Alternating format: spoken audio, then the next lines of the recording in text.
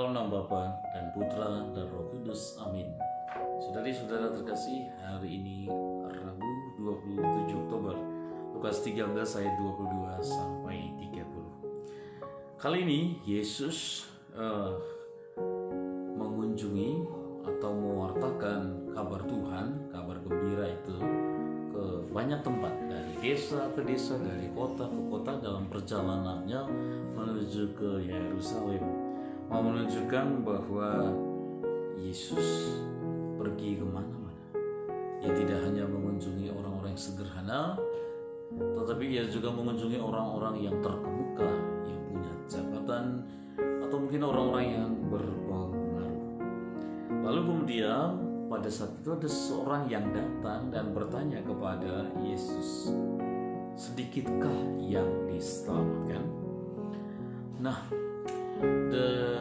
bisa disadari pada saat itu setelah Yesus menceritakan tentang perumpamaan biji sesawi, bahwa pertumbuhan kerajaan Allah itu pelan-pelan seperti benih itu bertumbuh menjadi pohon yang tinggi. Kerajaan Allah juga demikian, bahwa nanti orang makin lama makin tertarik dengan Yesus dan akhirnya berkumpul dalam satu kawanan dengan percaya seutuhnya kepada Yesus. Memang patut disadari bahwa jalan penyimpangan dari kebenaran itu selalu terbuka lebar, sementara jalan kebenaran ini sempit. Dibutuhkan kerja keras, perjuangan, kadang-kadang penderitaan, sebagaimana dialami oleh orang-orang kudus.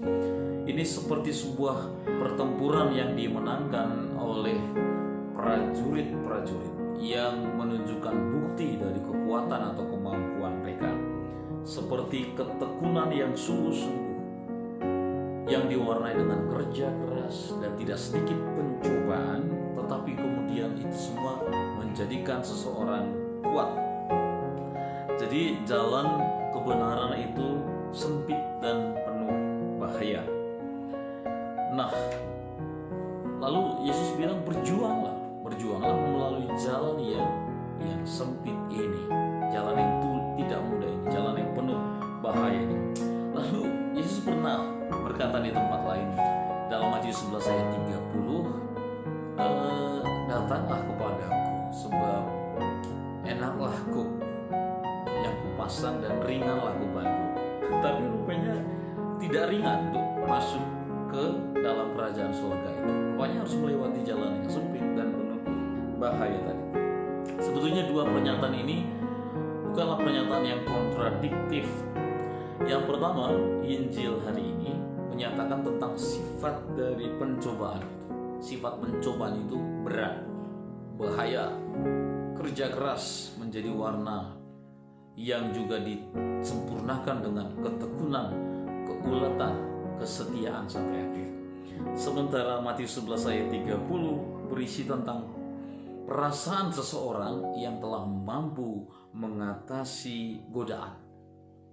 Ketika ia berhasil mengatasi cobaan, ketika ia berhasil melewati jalan tadi yang sempit, sesat, bahaya, tentu ada perasaan bahagia, ya, perasaan mampu, ya, perasaan bahwa saya mampu. Oh, ternyata mudah. Oh, ternyata ringan semuanya ini. Nah, Yesus berkata kepada orang itu dan pada orang banyak, pada kita semua, berjuanglah melewati pintu yang sempit itu. Karena gelombang dunia, para saudara, godaan-godaan dunia itu seperti gelombang laut, datang silih berganti, dan ini harus diatasi. Lalu sementara itu kita sadar bahwa jiwa kita ini kadang-kadang kesana kemari, terombang-ambing. Kadang-kadang kita memilih kebajikan dari keabadian surgawi, tapi kemudian kita lalu memilih kesenangan ketika kita ada di sini, melihat ini dan melihat itu dalam kehidupan kita. Kadang kita memilih kemudahan dan kesenangan daging, tapi di saat lain itu semua harus ditundukkan. Kita juga menyukai kesenangan-kesenangan yang buruk, tapi rupanya ada tuntutan luapan air mata yang harus kita rasakan ketika kita harus berjuang di jalan Tuhan. Kadang kita menari bersuka cita, tapi kadang kita juga berdoa dengan sungguh-sungguh. Kadang-kadang ada kertak gigi juga tapi kadang ada ratapan. Ada nafsu duniawi yang menguasai kita, tapi juga ada kesucian yang rupanya senang untuk kita raih dan kita perjuangkan. Beginilah keadaan jiwa kita, terombang-ambing. Nah, rupanya jumlah orang yang melewati jalan yang sempit ini rupanya sedikit. Sedikit itu artinya dibandingkan dengan orang yang tidak memilih jalan ini, dibandingkan dengan yang hilang. Tapi kemudian banyak ketika itu lalu disatukan bersama dengan seluruh malaikat dan bala tentara Allah. Nah, ini seperti biji-bijian yang tak terlihat ketika satu biji tersapu, tapi kemudian biji-bijian itu akan keluar dalam tumpukan yang terlihat jelas ketika itu lalu kemudian disatukan. Nah, rupanya para saudara, berjuang melalui jalan yang sempit itu tidak dengan serta-merta berhasil dicapai oleh orang yang dalam hidupnya misalnya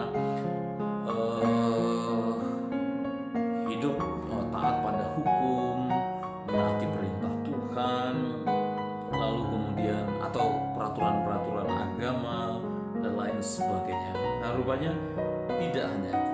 Maka ketika ada orang berkata, oh kamilah yang mengundang atau pernah makan bersama dengan engkau, tapi Tuhan Yesus berkata, aku tidak tahu siapa kamu dan dari mana kamu datang, hai pembuat kejahatan. Nah, rupanya tahu kitab suci, tahu tentang Tuhan, pernah bersama dengan Tuhan, tidak lalu membuat orang itu dikenal Tuhan sendiri. Rupanya prinsipnya ialah bahwa perbuatanlah layak dan tidak layak di hadapan Allah. Itulah yang menentukan nasib kita kelak. Jadi artinya berbuat baik itu jika tidak didasari oleh kasih Tuhan, maka tidak berguna untuk keselamatan kita. Mungkin hanya berguna di dunia ini, mungkin hanya berguna untuk mendapatkan kehormatan dan pujian dunia, tapi tidak banyak gunanya untuk keselamatan di akhir hidup kita nanti. Kita juga setiap hari para saudara membaca firman Tuhan, menerima sabda Tuhan, karena sabda itu lalu berjalan-jalan dalam jiwa kita. Nah, dan lebih lagi kita sebagai orang Katolik, kita bahkan menerima tubuh dan darah Kristus. Setiap hari kita maju ke menghadap pada meja mistik, meja persekutuan kita dengan Tuhan. Tapi rupanya para saudara, yang paling menentukan adalah bagaimana kita layak dan tidak di hadapan Tuhan adalah bagaimana kita berbuat baik demi kasih kepada Tuhan. Nah, oleh karena itu orang yang tidak demikian akan mendapatkan hukuman. Hukumannya ada dua, yaitu ratapan dan kertak gigi. Ratapan, mata kita menangis berurai air mata karena selama ini mata kita hanyut dalam pengembaraan hawa nafsu dunia kita. Dan kertak gigi karena didorong oleh rasa dingin, tapi juga marah karena kita terlambat untuk bertobat. Itu hukuman yang luar biasa menyakitkan, dan itu berlangsung abadi. Bapak-bapak Yahudi sendiri menjadi contoh bagaimana mereka meninggalkan ilah-ilah mereka, lalu menerima jalan ilahi, jalan Tuhan.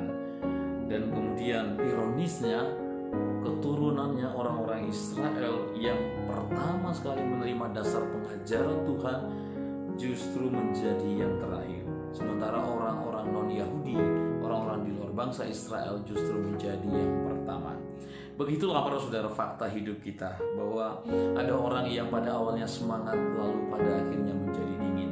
Ada orang yang pada awalnya dingin tapi kemudian menjadi hangat dan berkobar semangatnya. Ada orang yang dihina di dunia tapi dimuliakan di surga. Ada orang yang terkenal dan dimuliakan di dunia tapi kemudian mendapatkan hal yang hina di surga. Mari kita berjuang di jalan yang sempit,